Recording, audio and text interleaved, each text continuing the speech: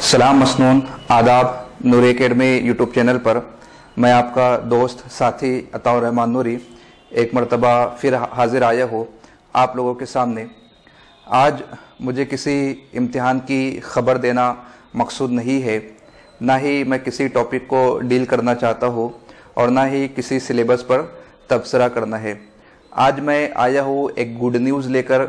आज मैं आया हूँ उस सुबह की पहली किरण का पता बताने के लिए जिसके इंतज़ार में मैंने कई रातें किताबों के साथ गुजारी है। आज मैं आया हूँ उस ख्वाब की ताबीर बताने के लिए जिसका सपना मैं कई महीनों से देख रहा था।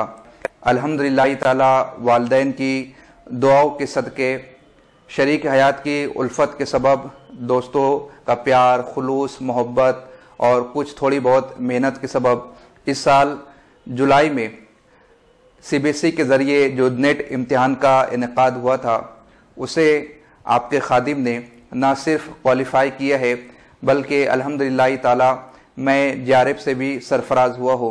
ये बड़ी सआदत की बात है, बड़ी खुशनसीबी की बात है कि नेट प्लस जेआरएफ अल्लाह पाक ने मुझे अता फरमाया है।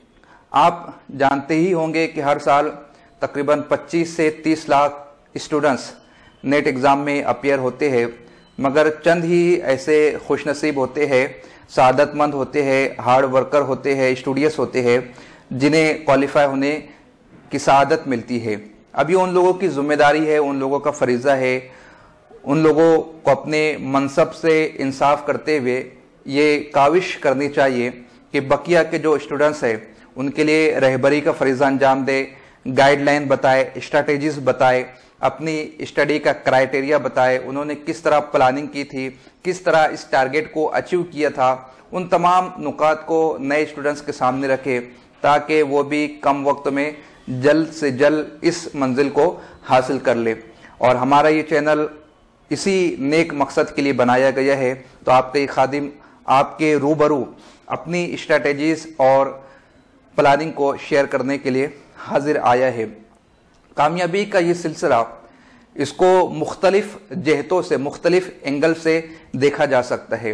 मसलन उसकी एक कड़ी इस तरह है कि मैंने MS सेट जो रियासती सतह का एग्ज़ाम है जिसको क्वालिफाई करने वाला महाराष्ट्र और गोवा में असिस्टेंट प्रोफेसरशिप के लिए या PhD के लिए एलिजिबल होता है, तो पहली मरतबा 2015 में सेट इम्तिहान में उर्दू मजमून शामिल किया गया था और बिहम्दिही ताला पहले ही अटेम्प्ट में उस एग्ज़ाम को मैंने क्वालिफाई किया था। मैं मालेगांव का MS सेट उर्दू का फर्स्ट क्वालिफायर हूँ अल्हम्दुलिल्लाह।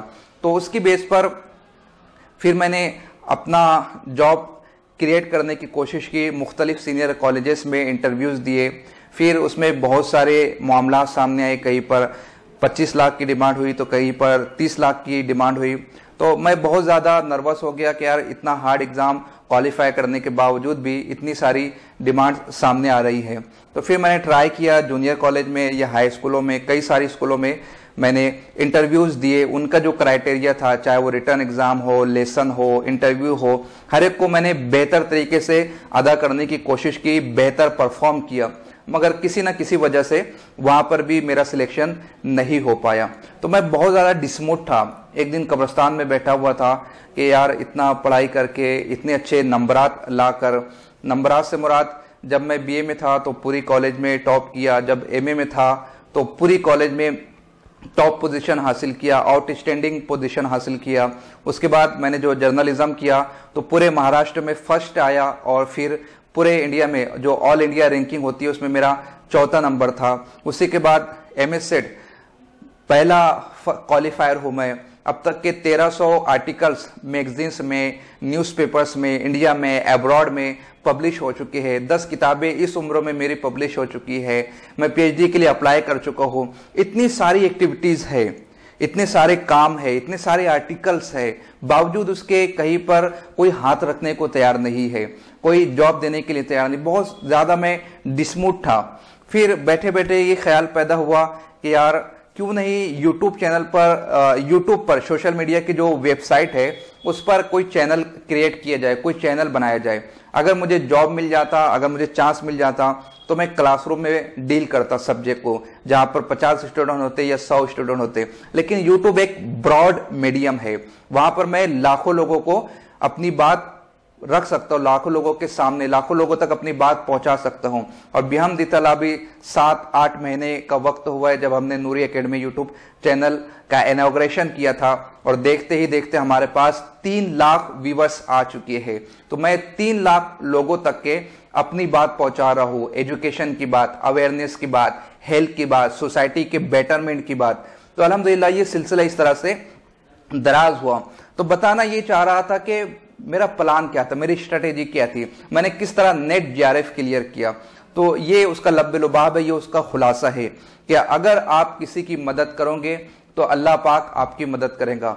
आप सिद्ध के दिल से लोगों को पढ़ाए, आपने जो पढ़ा है, आपने जो सीखा है, आपने जो प्लान बनाए हैं, आपने जो नोट्स बनाई है, उसे अपने दोस्तों के साथ शेयर कीजिए, अपनी सोसाइटी में जो अदर स्टूडेंट्स हैं उनके साथ शेयर कीजिए। आप मेरे सर्कल से पूछिए। मेरी एक बुक नेट पर आ रही है, अभी वो पब्लिश नहीं हुई, बावजूद इसके मैंने उसकी जेरॉक्स कॉपी अपने दोस्तों में शेयर कर दी थी कि आप पढ़े, आप स्टडी करें। कई टीचर्स इस वक्त शहर मालेगांव में मौजूद है, मैंने उनके साथ वो साझा की, वो नोट्स सप्लाई की। और फिर आप देखते हैं कि अब तक के मेरे 40 लेक्चर्स आ चुके हैं नूर एकेडमी यूट्यूब चैनल पर, और जिस पर जामिया मिल्लिया इस्लामिया, हमदर्द और अलीगढ़ मुस्लिम यूनिवर्सिटी, डॉक्टर बाबा साहब, इस तरह की मुख्तलिफ यूनिवर्सिटियों के जो स्कॉलर्स है उनकी कमेंट्स आई है कि आप बेहतर टीच कर रहे हो, बेहतर गाइडलाइन कर रहे हो। तो आज जो मुझे सिला मिला है नेट जीआरएफ का, ये आपके सबब है। आपने मुझे देखना पसंद किया, आपने मुझे सुनना पसंद किया, जिसकी वजह से आधा घंटे का लेक्चर बनाने के लिए मैं हफ्ता भर पढ़ाई किया करता था, कई रोज तक पॉइंट्स को नोट डाउन किया करता था, उसके बाद फिर कैमरे के सामने आया करता था। तो ये जो आपको पढ़ाने के लिए मैं स्टडी किया करता था, एक कॉम्परेटिव स्टडी का रुझान बना, मुख्तलिफ किताबों को देखने का रुझान बना, तो आज उसका सिला नेट जीआरएफ की शक्ल में मुझे मुयस्सर आया है। अब इसमें मैंने और भी बहुत सारी कोशिशें की। मसलन अब तक के जितने नेट एग्जाम्स हुए हैं, मैंने सब पेपर्स को वेबसाइट से डाउनलोड किया और उसको बैठकर हम लोगों ने एक ग्रुप सर्कल में उसको सॉल्व किया, उसको बेहतर तरीके से हल करने की कोशिश की। फिर जो पॉइंट वीक लगता था हम उसके ऊपर स्टडी करते थे, उसके ऊपर अपनी नॉलेज को एक दूसरे के साथ शेयर करते थे। वीक पॉइंट को हमने अपनी कमजोरी को दूर करना शुरू कर दिया। उसके बाद दूसरी जो मेन खामी जिसकी तरफ स्टूडेंट्स का जहन नहीं जाता वो ये है कि उर्दू के स्टूडेंट्स या दीगर सब्जेक्ट के स्टूडेंट्स वो पेपर फर्स्ट को अवॉइड करते हैं। उनको ये लगता है, खुद मुझे भी ये लगता था कि उर्दू में अपनी मास्टरी है, उर्दू में इतना सारा वर्क है तो मैं अच्छे नंबरात स्कोर कर सकता हूं, मगर ऐसा नहीं है। आप पेपर 2 में, पेपर 3 में इससे पहले अच्छे नंबरात स्कोर कर लेते थे, मगर पेपर फर्स्ट में मार्क्स कम आने की वजह से आपका एग्रीगेट डाउन हो जाता था, मार्क्स कम हो जाते थे।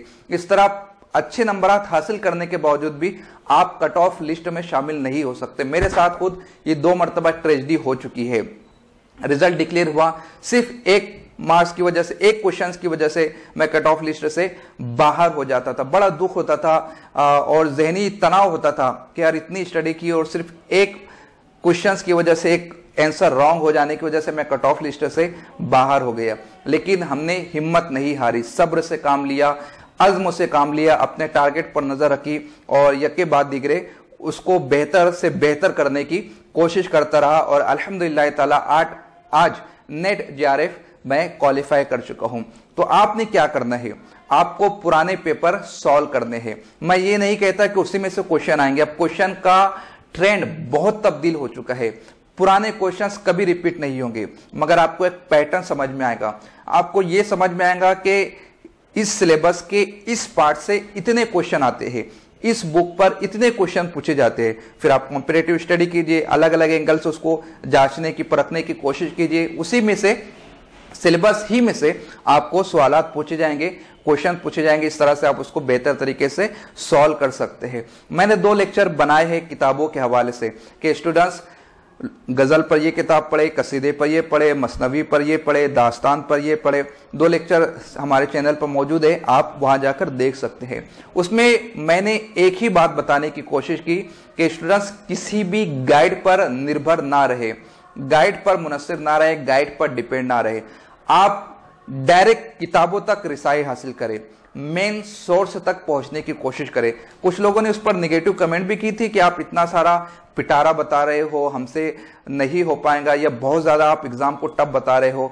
ऐसा नहीं है। मेन सोर्स से अगर आप पढ़ाई करते हो तो फिर एग्जामिनर चाहे जिस एंगल से, चाहे जिस कॉर्नर से क्वेश्चन पूछ ले, आप बताने की कंडीशन में रहोगे। और बिहम्दी ताला मैं किसी दिन अपनी घर की जो लाइब्रेरी, मेरी छोटी सी लाइब्रेरी है, मैं शूट करके आपको बताऊंगा कि कितनी हजार किताबें मेरे जाती घर में मौजूद है, और मैं बराह रास्त गाइड की बजाय किताबों से इस्तेफादा करता हूं। तो पहली चीज आपको पुराने क्वेश्चंस पेपर है वो देखने हैं। दूसरी चीज आपको बराह रास्त किताबों से इस्तेफादा करना है। गाइड का नंबर तीसरे पर आता है। जब आपने किताबों को देख लिया, किताबें पढ़ ली, फिर उसके बाद आप गाइड देखे, उसमें किस तरह से बताया गया है, किस तरह से पॉइंट्स नोट डाउन किए गए हैं, या जो कुछ एक क्वेश्चन बैंक दे दिया जाता है उसको सॉल्व करने की कोशिश करें। इंटरनेट के ऊपर बहुत सारे मॉक सीरीज चलती है, मॉक टेस्ट चलते हैं, उसको आप लगा ले, उसको सॉल्व करने की कोशिश करें। तो इस तरह से आप क्राइटेरिया बनाए। और आप देखिए, मेरे जैसा ऑर्डिनरी बंदा भी इस एग्जाम को क्वालिफाई कर सकता है। मैंने अपने इस एग्जाम में 10 से 12 घंटा मैं ड्यूटी करता हूँ। ड्यूटी करने के बाद फिर घर जाने के बाद मैं इस एग्जाम के लिए रात में तैयारी किया करता था, और आज रिजल्ट आपके सामने है। यानी आप जॉब करते हुए भी अगर आपके सामने आपका टारगेट है, अगर आप मंजिल को हासिल करना चाहते हैं, आप में जुनून है, आप में तड़प है, तो कुछ दिन लेट होंगे लेकिन इस मंजिल को आप जरूर हासिल कर सकते हो। तो पेपर फर्स्ट को भी हमें अवॉइड नहीं करना है। तो ये 4 बातें आज आपसे मुझे कहनी थी। पुराने पेपर सॉल्व करें, बराह रास्त किताबों से इस्तेफादा करें। तीसरे नंबर पर आता है गाइड का, उस पर आप मेन सोर्स के बाद नजर दौड़ाने की कोशिश करें। उसके बाद पेपर फर्स्ट पर स्टडी करें। और सबसे अहम 5th चीज कि जो आपने पढ़ा है, जो आपने सीखा है, जो आपने समझा है, वो दूसरों को बता दिया जाए, दूसरों के साथ शेयर कर दिया जाए। इससे आपकी नॉलेज परफेक्ट हो जाएंगी। हमने कुछ महीना पहले लेक्चर बनाया था, कोचिंग वर्सेस सेल्फ स्टडी। उसमें हमने सेल्फ स्टडी को बढ़तरी देने की कोशिश की थी, सेल्फ स्टडी करने की तरफ तवज्जो दिलाई थी।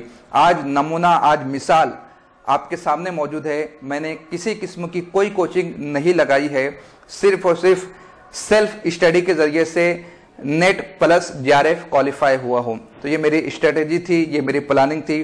अगर आपको पसंद आती है तो आप इसे जरूर अप्लाई करने की कोशिश करें। और आज नूरी एकेडमी यूट्यूब चैनल के माध्यम से मैं एक बड़ा ऐलान करना चाहता हूं कि मैंने इस एग्जाम की तैयारी में जो सेल्फ नोट्स बनाई थी, जो तकरीबन 350 से 400 पेजेस पर मुश्तमिल है, इंशाअल्लाह ताला बहुत जल्दी मैं उस नोट्स को लॉन्च करने वाला हूं बुक की शक्ल में। जैसा कि मैंने यही बताया, जो अहम चीज है, जो आपने पढ़ा है, जो आपने सीखा है, जो आपने समझा है, जो आपने जमा किया है, उसे दूसरों के साथ शेयर कर दिया जाए। मैं तो क्वालिफाई हो चुका हूं, अब मेरी कोशिश ये होनी चाहिए कि मेरे दोस्त क्वालिफाई हो जाए, मेरे भाई क्वालिफाई हो जाए, मेरे कलीग क्वालिफाई हो जाए, दूसरे स्टूडेंट्स क्वालिफाई हो जाए। जब तक कि ये जज्बा नहीं रहेगा, सोसाइटी बेटर नहीं हो सकती। मैं यही पैगाम देना चाहता हूं कि आप खुद भी पढ़े और दूसरों को भी पढ़ाने की कोशिश करें। तो जुड़े रहे हमारे चैनल के साथ ताकि आपको इस तरह के मोटिवेशनल लेक्चर मिलते रहे। खुदा हाफिज।